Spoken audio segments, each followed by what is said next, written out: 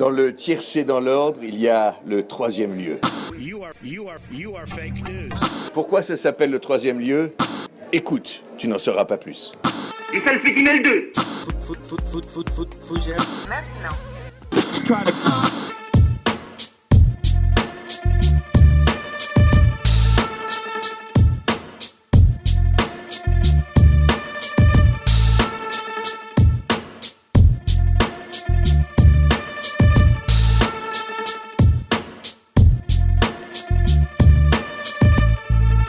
Du salpétinel 2.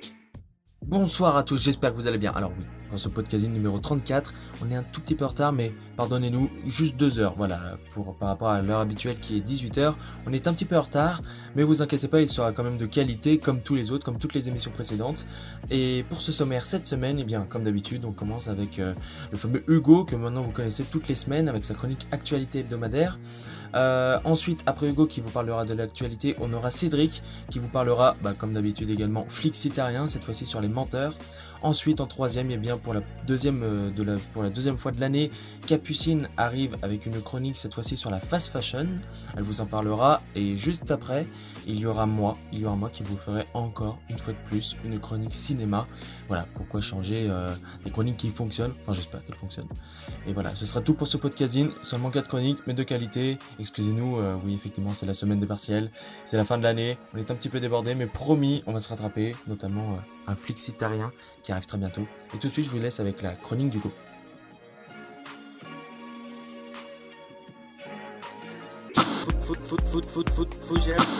Bonjour à toutes et à tous, comme chaque semaine, je vous propose un retour sur l'actualité marquante de la semaine écoulée. Pour démarrer ce mois de mai 2021, nous démarrerons en Espagne avec une campagne électorale pour le contrôle de la région de Madrid, émaillée par les menaces de mort. Le Premier ministre espagnol Pedro Sánchez a annoncé mardi la mort de 2 journalistes espagnols tués au Burkina Faso alors qu'ils travaillaient dans une région infestée de groupes terroristes. Sidération en Israël après une bousculade lors d'une procession religieuse ayant fait 45 morts. Sur le terrain diplomatique, la tension est encore montée d'un cran entre Moscou et Bruxelles. Le Kremlin a interdit l'entrée de son territoire à plusieurs responsables de l'Union européenne après les critiques sur l'empoisonnement et l'emprisonnement d'Alexei Navalny. Aux États-Unis, les procureurs fédéraux de Manhattan ont perquisitionné le domicile de l'ancien maire républicain de New York, Rudy Giuliani, dans le cadre d'une enquête sur les activités de lobbying de l'avocat personnel de Donald Trump en Ukraine. La NASA a perdu l'un de ses héros ce mercredi 28 avril. Michael Collins, 3e homme de la mission Apollo 11, est mort à l'âge de 90 ans. En France, le gouvernement a rendu hommage à la policière Stéphanie Monfermé, assassinée à Rambouillet le 23 avril. Sur le terrain politique, la campagne des régionales a connu un rebondissement ce week-end. En Provence-Alpes-Côte d'Azur, le président sortant Les Républicains Renaud Muselier a été privé de son investiture après avoir accepté une alliance avec la majorité présidentielle au premier tour. Pour finir, un petit tour sur les terrains sportifs, avec le gros week-end des clubs français lors des demi-finales de Coupe d'Europe de rugby. En Ligue 1, Lille et Paris se sont détachés à 3 journées de la fin après la défaite de Monaco contre Lyon 3-2. Pour terminer, une page sport mécanique avec les déboires de Fabio Quartararo à Jerez et la victoire de Lewis Hamilton devant Max Verstappen et Valtteri Bottas du côté de Portimao, Grand Prix du Portugal. La campagne électorale pour déterminer la composition de l'Assemblée régionale de Madrid se déroule dans un climat délétère. Pablo Iglesias, secrétaire général de Podemos et ministre des droits sociaux du gouvernement socialiste, a reçu une lettre de menace contenant 4 balles de fusil d'assaut et des menaces de mort. D'autres responsables politiques comme le ministre de l'Intérieur ont été visés par ces menaces ainsi que la chef de la gendarmerie. Interrogée sur ces menaces, la chef de file du parti d'extrême droite Vox est allée jusqu'à nier la véracité des lettres. Espagne toujours, le Premier ministre socialiste Pedro Sánchez a annoncé la mauvaise nouvelle mardi 27 avril. 2 journalistes espagnols, David Berrien et Roberto Fail, ont été assassinés la veille au Burkina Faso. Un ressortissant irlandais a également été exécuté et un burkinabé porté disparu. Les 2 hommes habitués des zones de guerre enquêtaient sur la lutte contre le braconnage au sud-est du Burkina Faso. Accompagnés de militaires et de gardes forestiers, ils ont rencontré une position tenue par des djihadistes selon les autorités locales. Cette région frontalière du Togo et du Bénin est celle d'où opèrent 2 groupes djihadistes rivaux affiliés à Al-Qaïda et à Daesh. La crise diplomatique entre la Russie et l'Union européenne a franchi un nouveau palier. Moscou a répondu aux sanctions de l'Union européenne en interdisant l'entrée sur son territoire à plusieurs élus européens, dont le député français Jacques Maire, et le président socialiste du Parlement européen, l'italien David Sassoli. Sont également concernés le procureur du Land de Berlin, mais également une scientifique spécialiste des substances hautement toxiques. Tous ont pour point commun d'avoir travaillé sur l'empoisonnement à l'agent neurotoxique Novichok de l'opposant russe Alexei Navalny le 20 août 2020 en Sibérie. Alexei Navalny, qui a vu la pression judiciaire s'accroître alors que les bureaux de son organisation, la Fondation Anticorruption, ont été placés sur une liste des organisations terroristes. Ils y figurent aux côtés de groupes djihadistes. Les autorités s'appuient sur une loi concernant le financement des organisations terroristes. Le parquet a également demandé à la justice de reconnaître à l'organisation le statut d'extrémiste, dont les conséquences seraient l'interdiction pure et simple de ses activités. Israël sous le choc après le drame survenu lors d'une procession juive orthodoxe au Mont Méron, point culminant du pays situé au nord près de la frontière libanaise. 44 personnes, dont 32 ont été identifiées, sont mortes dans des circonstances encore floues. Selon les secouristes accourus sur place et contactés par nos confrères de Radio France Internationale, elle serait morte étouffée par une foule trop compacte s'étant massée vers la sortie du lieu. 2 enquêtes ont été ouvertes par la justice israélienne, mais selon les premiers éléments, le nombre de personnes présentes sur les lieux était beaucoup trop important pour assurer la sécurité. Aux États-Unis, le FBI a perquisitionné le domicile de l'ancien maire républicain de New York, Rudy Giuliani, mercredi. L'avocat personnel de Donald Trump fait l'objet d'une enquête sur ses activités de lobbying. L'enquête ouverte sous le mandat de Donald Trump portait sur les revendications d'hommes d'affaires et politiques ukrainiens portés à la connaissance du 45e président des États-Unis. Celui-ci aurait promis d'intercéder en leur faveur, à condition que ceux-ci financent sa campagne de réélection, et enquête sur les affaires du fils de son successeur Hunter Biden. Dans cette affaire, 2 hommes d'affaires biélorusses et ukrainiens avaient été arrêtés et inculpés en octobre 2019. Ils seront jugés en octobre pour violation des lois sur le financement des campagnes électorales. Il était l'homme de l'ombre des premiers pas sur la Lune le 21 juillet 1969. L'astronaute et pilote de chasse américain Michael Collins est mort le 28 avril dernier à Naples en Floride des suites d'un cancer. Il avait 90 ans. Il était le 3e membre d'équipage de la navette spatiale qui a décollé de la base de Cap Canaveral en Floride le 16 juillet 1969 à 14h32 heure locale dans le cadre de la mission Apollo 11. Pendant que Neil Armstrong et Buzz Aldrin se posaient sur la Lune avec le module lunaire Eagle et foulaient à la surface de notre satellite, Michael Collins était leur seul interlocuteur et le dernier lien avec la Terre. Il était resté à bord de la navette spatiale qui les ramènera les 3 hommes sains et saufs.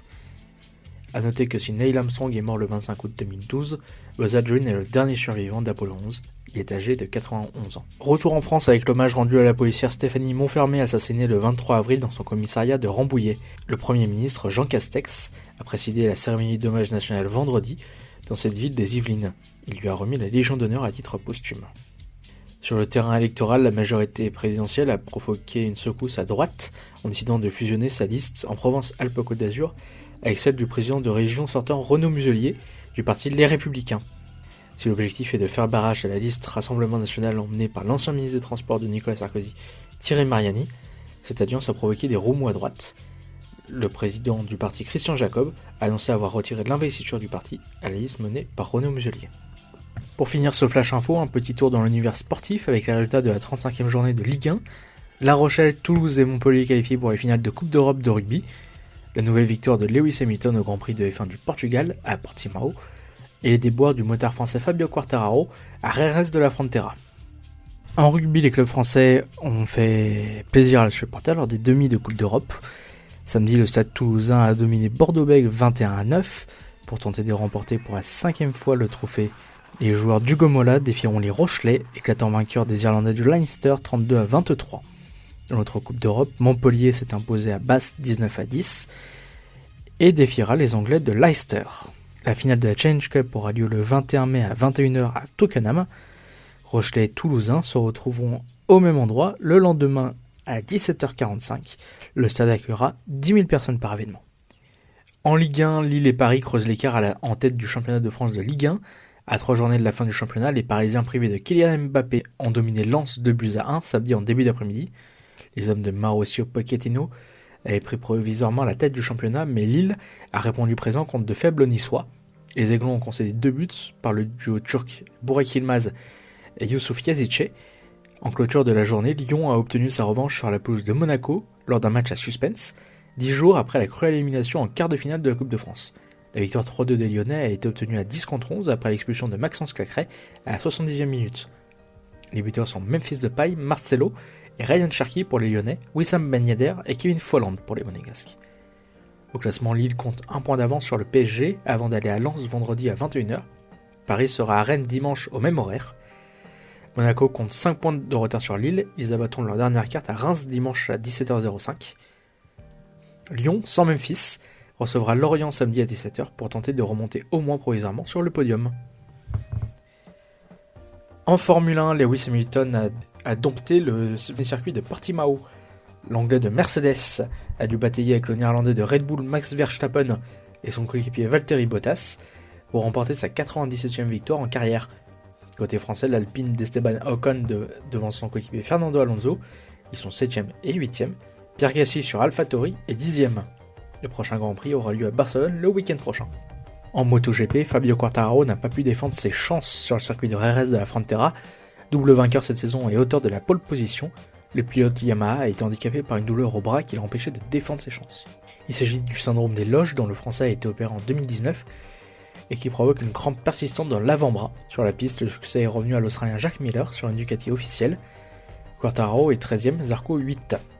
Il s'agit de la seconde victoire en catégorie N de Jack Miller, âgé de 26 ans, moins d'un mois après une opération du même syndrome des loges. Au classement général, son coéquipier dans l'équipe officielle Ducati, l'Italien Francesco Bagnaia est en tête avec 2 points d'avance sur Fabio Quartararo. Le prochain Grand Prix aura lieu sur le circuit Bugatti au Mans le 16 mai. Je vous remercie de m'avoir écouté et je vous souhaite une bonne semaine. Rendez-vous lundi prochain. Bonne journée et au revoir.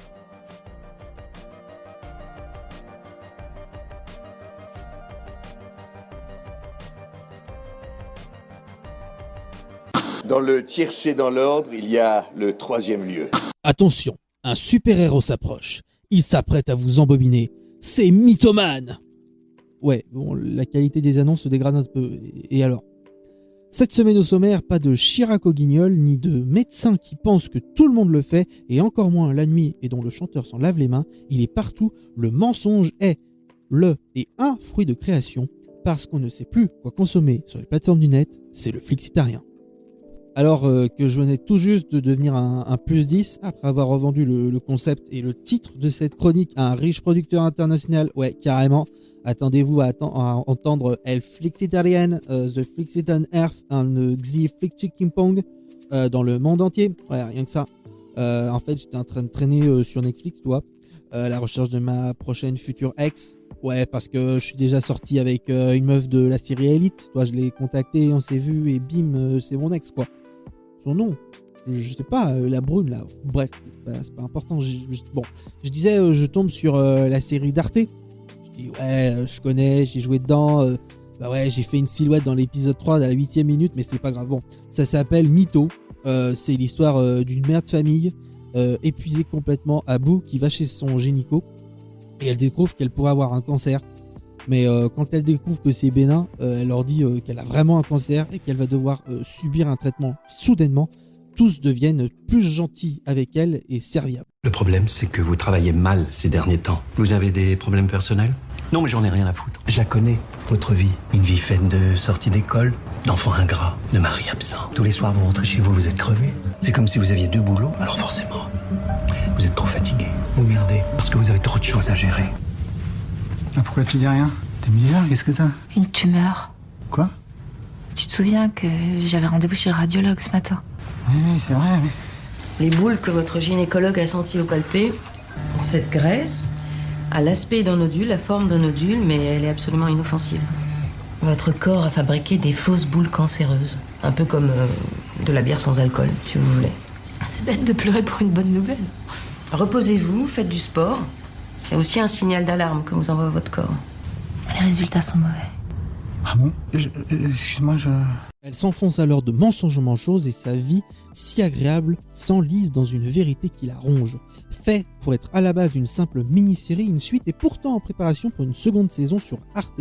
Des éléments de scénario sont ajoutés un peu aléatoirement dans le récit de la première pour prévoir une seconde saison, ce qui laisse un peu dans l'expectative et une impression de cheveux sur la soupe, alors que l'histoire, presque bouclée à la fin, aurait donné un résultat très satisfaisant. Ne jugeons pas à l'avance, mais faire aussi fort que ce qu'on a pu voir pour le moment va être assez difficile, malgré les quelques lenteurs souvent dues à ces scènes en dehors de la ligne narrative principale autour des enfants et d'un homme mystérieux. Mytho, c'est à découvrir sur Netflix pour sa première saison et bientôt sur Arte. Alors, pour le prochain contenu, alors là, j'étais en Lamborghini à Sacramento, petite décapotable, tu vois, pendant les feux de forêt, tu vois, parce que Arizona, Californie, tous ces coins-là, c'est un peu mon terre-terre, mon 6-9 américain, moi. Et là, tu sais pas ce que je vois? Il y a un tournage, tu me crois pas, juste à côté dans un bâtiment de la West Coast. Et d'un coup, avec le vent, le feu, il se dirige vers eux. Alors, je prends tout mon courage à deux mains et je me dis, hey, t'es super fort, tu vas aller sauver des gens. J'attrape les deux premiers venus, c'est James Schroeder et Joey Hill. Donc, gars, je me rends compte que je sauve la vie des héros de la série Psych, dit Enquêteur malgré lui, en français, disponible sur Amazon Prime Video. Le speech, en fait, c'est Sean Spencer, un enfant de flic. Il a été formé par son père dans le plus jeune âge à être très observateur, ce qui fait que il appelle souvent la police pour donner au téléphone des indications sur les criminels, sur tout ce qu'il voit aux infos. Ça finit par intriguer les enquêteurs car il a toujours raison et donc il devient suspect. Il s'en sort en faisant croire qu'il est plus ou moins médium, mais en fait il va se retrouver dans 8 saisons à guider la police avec ce terrible mensonge avec l'aide de Gus, son acolyte, qui l'aide grâce à davantage de connaissances que lui. Elles ont été ces mots exacts. Elle a dit « Allô, c'est le chef Vic à l'appareil ». C'est un bon début, ça, Gus. J'adore quand il dit ça. J'ai une mission importante dont je dois vous parler, c'est top secret. Vous venez au commissariat dès que vous le pourrez. Ça veut dire qu'on passe au niveau supérieur. Elle a dit mission et elle a dit top secret. 2 des films des années 80 qu'on préfère. J'ai lu un article sur le pirate des yachts. Je parie sur de l'infiltration à bord d'un yacht. Ne nous emballons pas, Gus. Elle veut peut-être qu'on chope le gars qui harcèle les mannequins des marques de lingerie. Non, je sais. Hier, j'ai vu un truc aux infos sur des dirigeables. Les balades en dirigeable? Les balades en dirigeable. Je monte à l'avant. On monte pas à l'avant dans un dirigeable. On monte à l'avant où on veut, sauf dans une salle de ciné bondée. Il y a 2 places dans un... Très bien, fermez la porte et les stores et restez absolument silencieux. C'est une grosse mission. J'en appelle à votre côté professionnel pour respecter la plus stricte confidentialité. N'ayez aucune crainte. Si vous saviez combien de secrets je vous cache, vous me feriez totalement confiance. C'est au sujet d'une nounou. Une nounou tueuse en série? Une nounou en fuite? Une nounou pyromane? Est-ce que c'est des places en dirigeable par hasard? Non, je veux que vous me trouviez une nounou. On est sur un registre plus comique qui ravira les amateurs de pop culture avec de nombreuses références et blagues à ce sujet, sans oublier les diverses facéties de Sean et Gus qui vont en faire voir de toutes les couleurs au duo Lassiter et Juliette O'Hara de La Police. J'avoue être un fan de la série, vraiment ça fait partie de mes séries préférées. Je suis un psycho, comme on le dit dans le milieu. Et je ne peux pas oublier de vous dire de rechercher les ananas cachés dans chaque épisode, marque de fabrique de la série comme un clin d'œil. Bing, watchez-moi ça sur Amazon Prime Video et soyez attentifs aussi aux déjà 2 autres téléfilms de suite à la série qui sortent à intervalles irréguliers désormais sur la plateforme américaine Peacock. Et comme je disais depuis, du coup j'ai sauvé leur vie de l'incendie. On est grave potes, tu vois, on s'appelle, on dit yes, hello, yes my friend, comment are you et tout. Je parle pas super bien anglais mais ouais tu vois ils ont des notions quoi, ils comprennent. J'ai aussi un autre pote, il a des contacts à la télé et les jeux, et il me dit ouais et tout, les jeux à la télé c'est pipeau, tu vois. Si tu veux viens, je te fais gagner à 1 million d'euros à apprendre ou à laisser. À l'époque où avec Arthur. Et il me dit je te dis le numéro, tu choisis la boîte pour l'échange. Et là, bim, incroyable, je suis reparti avec une tongue. Bon, tu vas me dire ouais mais c'était il y a 10 ans, t'étais trop jeune, sauf que non. C'était une spéciale enfant et tout. Et ce jour-là, le guest, en vrai, avec son fils, c'était Laurent Baffy. Alors, bon, ouais, d'accord, tu vas me dire, ouais, c'est chelou, mais bon. Depuis, pareil, on se connaît, on va dîner chez eux. À chaque fois, je ramène des langoustes. Ouais, parce que, toi, genre, les langoustes, il adore ça souvent. Il nous offre des places pour aller à ces spectacles. Parce que je parle pas assez de spectacles dans cette chronique, j'ai choisi sexe, magouille et culture générale. Parmi tant d'autres pièces de théâtre, où pourtant le ressort du mensonge est très souvent utilisé. C'est même un pilier de l'histoire. On révèle le poteau rose et des secrets tout le long. Je pense au prénom, par exemple, ou une pièce récente dont je ne parle pas parce qu'elle est assez décevante, malgré une bonne idée accrocheuse, 2 mensonges et une vérité. Pour en revenir sur celle que je présente, voici le pitch, qui est simple. Imaginez une vieille dame qui gagne durant des semaines dans les 12 coups de midi, mais dont plus personne ne peut la saquer. Alors, tout est fait pour l'éliminer, le tout entre sexe, magouille et culture générale. 1, 2, 3, Paris-Bordeaux-Le Mans, Cindy, si tu m'entends, tous pour confirmation. Génial. Allez, sois naturel mon cœur et tout va bien se passer. Paulette, est-il encore nécessaire de vous présenter ma petite Paulette? C'est comme vous voulez, Stéphane. Depuis le temps que je vous connais, vous faites un petit peu partie de ma famille, hein. Pouvez-vous me rappeler énormément ma grand-mère? Voilà. Oui, la même gentillesse, la même douceur. Oh, la même odeur. Oh putain! Ce soir, nous accueillons Cindy. Et vous avez des loisirs, Cindy? Ah oui, moi j'aime la gym, la lecture, le fitness, le jogging. Et la lecture, bordel! Et la lecture, bordel! Pardon? Et la lecture Baudelaire. Ah, Baudelaire. Bien rattrapé, mais tu me fais plus jamais ça, pigé? Non, d'accord. Me réponds pas! Et vous m'avez pas dit, Cindy, vous êtes mariée? Non, je suis veuve. Oh, pardon. Eh oh, tu déconnes, là? Mais ouais, je déconne. C'est disponible sur YouTube, faites-vous plaisir. En parlant de YouTube, merci désormais à mes 500 000 followers pour mes vidéos repassage et jardinage en appartement. Une chronique écrite très librement, inspirée, vous l'aurez sûrement entendu, et surtout avec beaucoup d'humilité du principe de Serge le Mito, visible sur Canal+ et YouTube, et que je n'aurais pas pu faire si on était dans un monde qui était comme dans 100 mensonges de Tom Villa, où personne ne ment. Ce programme court de Tom Villa est aussi à retrouver sur YouTube. Parce que action menteur, ça tourne, soyez flixitariens.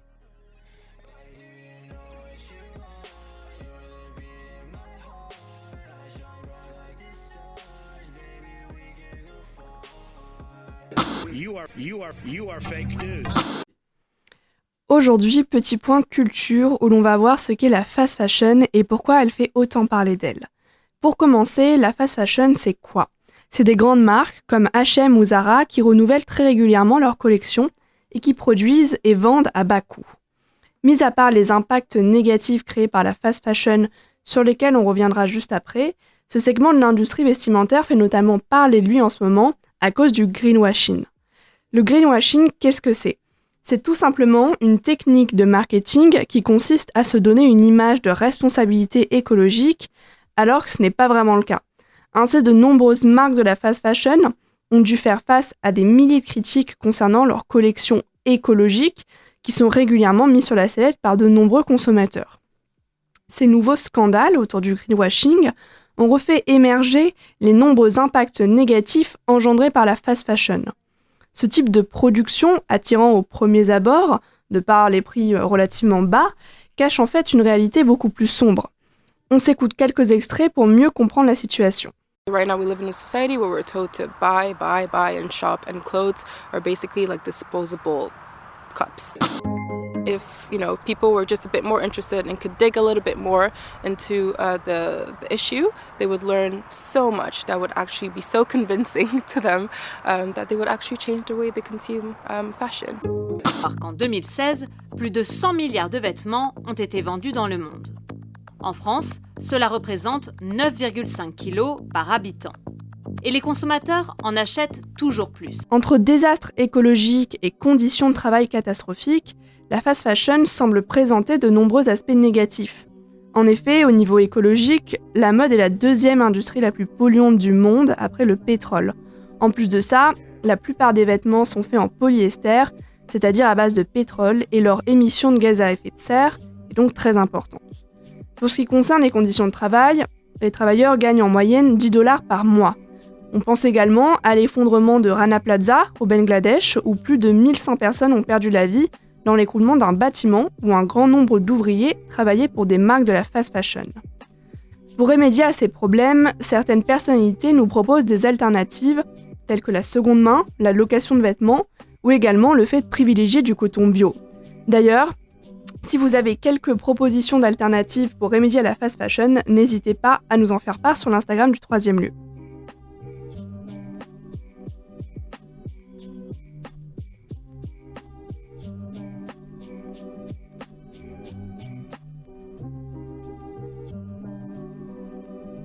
Pourquoi ça s'appelle le Troisième Lieu ? Cette semaine, revoyons nos classiques de gangsters avec l'un des films les plus accomplis de Martin Scorsese pour ma part, bien que ça soit sujet à débat, le film Casino, film américain sorti dans les années 1995 aux États-Unis, et réalisé par le cinéaste Martin Scorsese. Le scénario est aussi de lui, mais l'histoire est d'après le roman Casino, Amour et honneur à Las Vegas de Nicolas Pileggi, qui a coécrit le scénario également avec Scorsese. Que serait un film de gangster sans le duo Robert De Niro qui joue Sam Worthington et Joe Pesci qui joue Nicky Santoro, mais on retrouve aussi Sharon Stone dans le rôle de Ginger, la femme de Sam, James Wood, Don Wickles, Kevin Pollak et Frank Vincent. Pour le synopsis, alors cette fois-ci on quitte le New York des années 50 des affranchis pour aller dans le Las Vegas des années 70. Le film est inspiré du livre de Nicolas Pileggi, co-scénariste sur le film, et le livre est lui-même tiré de faits réels. Donc le film raconte l'ascension de Sam Worthington, surnommé Ace, qui est envoyé à Las Vegas par la mafia de Chicago, de Hot Feet, Al Capone, Gangster, etc. on connaît. On lui demande de diriger le casino de Tangiers, qui fait référence dans la vraie vie au casino Stardust, casino qui sert de couverture à la mafia. Et c'est l'un des casinos les plus influents de Las Vegas. Sam devient très rapidement le boss des casinos et de Las Vegas, épaulé par son ami Nicky Santoro, joué par Joe Pesci. Il rencontre également une prostituée et maîtresse de l'arnaque, Ginger, jouée par Sharon Stone, qui deviendra sa femme par la suite et avec qui il aurait une fille. Mais la folie de Las Vegas et les problèmes qui vont avec ne vont pas tarder à rattraper Sam, qui va devoir gérer à la fois son casino, son ami Nicky qui commence à partir légèrement en couille, et sa femme qui ne pense qu'à l'argent, qui commence à boire et qui fait elle aussi n'importe quoi. Pour un budget d'environ 45 millions de dollars, frais engendrés notamment par les 70 costumes différents que porte De Niro dans le film et aux 40 robes de Sharon Stone, le film a rapporté, lui, 116 millions au box-office mondial, ce qui le classe 8ème des films de Scorsese les plus lucratifs. Il a été nommé aux Oscars et 2 fois aux Golden Globes, et Sharon Stone a remporté le Golden Globes de la meilleure actrice. Elle doit cette victoire parce qu'elle joue extrêmement bien la cinglée et la toxico, on peut le dire, et au début Scorsese avait pensé à Nicole Kidman, Melanie Griffith ou encore Madonna, mais il s'est dit que Sharon Stone jouerait mieux les dépressifs folles dingues. Je sais pas si c'est flatteur, mais en tout cas, elle incarne bien son rôle. Le film dure plus de 3 heures, c'est l'un des films les plus longs de Scorsese. The Irishman en 2019 l'emporte quand même sur les autres. Chose exceptionnelle même pour le cinéma hollywoodien, sauf quand on s'appelle Martin Scorsese et Robert De Niro, les séquences dans le casino, qui sont quand même assez nombreuses, n'ont pas du tout été tournées en studio, mais dans un vrai casino, le Riviera, qu'ils ont privatisé pendant plus d'1 mois. Et l'histoire tirée du livre Casino, Amour et Honneur à Las Vegas met en scène des vrais personnages. Le film est basé sur la vie de Frank Worthington, comme je l'ai dit, ancien directeur de casino et associé de la mafia de Chicago. Nicky Santoro, quant à lui, est inspiré de Tony Spilotro, gangster et tueur psychopathe surnommé La Fourmi, et qui a réellement fini comme Joe Pesci dans le film, mais je spoil pas, je vous laisse découvrir cette scène incroyable. Et on commence à connaître les films de Martin Scorsese, ainsi que les personnages incarnés par Robert De Niro. Il y a évidemment un certain langage. Niveau insultes, Scorsese nous régalait déjà à l'époque avec un total de 422 fois le mot fuck prononcé dans le film Casino et 106 insultes au total. Ça fait beaucoup, non ? Oui, ça fait beaucoup. Bon, 18 ans après, Scorsese se rattrape et bat son record dans Le Loup de Wall Street, avec le mot fuck prononcé 506 fois et au total, tenez-vous bien, 715 gros mots, ce qui fait approximativement en moyenne 4 insultes par minute. Toutes les 15 secondes en moyenne, on parle mal. Scorsese a beau s'éloigner de sa zone de confort de sa ville natale et sa ville chérie, New York et le quartier de Little Italy, en partant à l'autre bout du monde, il nous offre tout de même l'un de ses meilleurs films avec son duo mythique De Niro Pesci et Sharon Stone qui rajoute son grain de folie. Directement inspiré de Alfred Hitchcock, notamment pour son générique de début qui est incroyable et qui met immédiatement le spectateur dans le contexte, où ça va être la merde en utilisant le même graphiste que le maître du suspense et les mêmes techniques de trucage et effets spéciaux mécaniques. Oui Martin, on l'a vu le cut avant l'explosion, t'as pas vraiment essayé de le cacher mais bon quand même. C'est la fin de cette chronique, j'espère qu'elle vous a plu. Ça devait être une chronique, oui, la folle histoire, je sais. Ça fait déjà 2 fois que je repousse, je suis désolé vraiment. Mais bonne nouvelle, j'ai créé le document Word et j'ai écrit l'intro, voilà. On peut pas me dire que ça avance pas au moins. Bon allez, je vais pas vous dire que ça sera pour la prochaine fois parce que j'en sais rien et je vais pas continuer sur des fausses promesses. Donc je m'excuse d'abord pour mes fidèles auditeurs et je vous dis à la prochaine, ciao.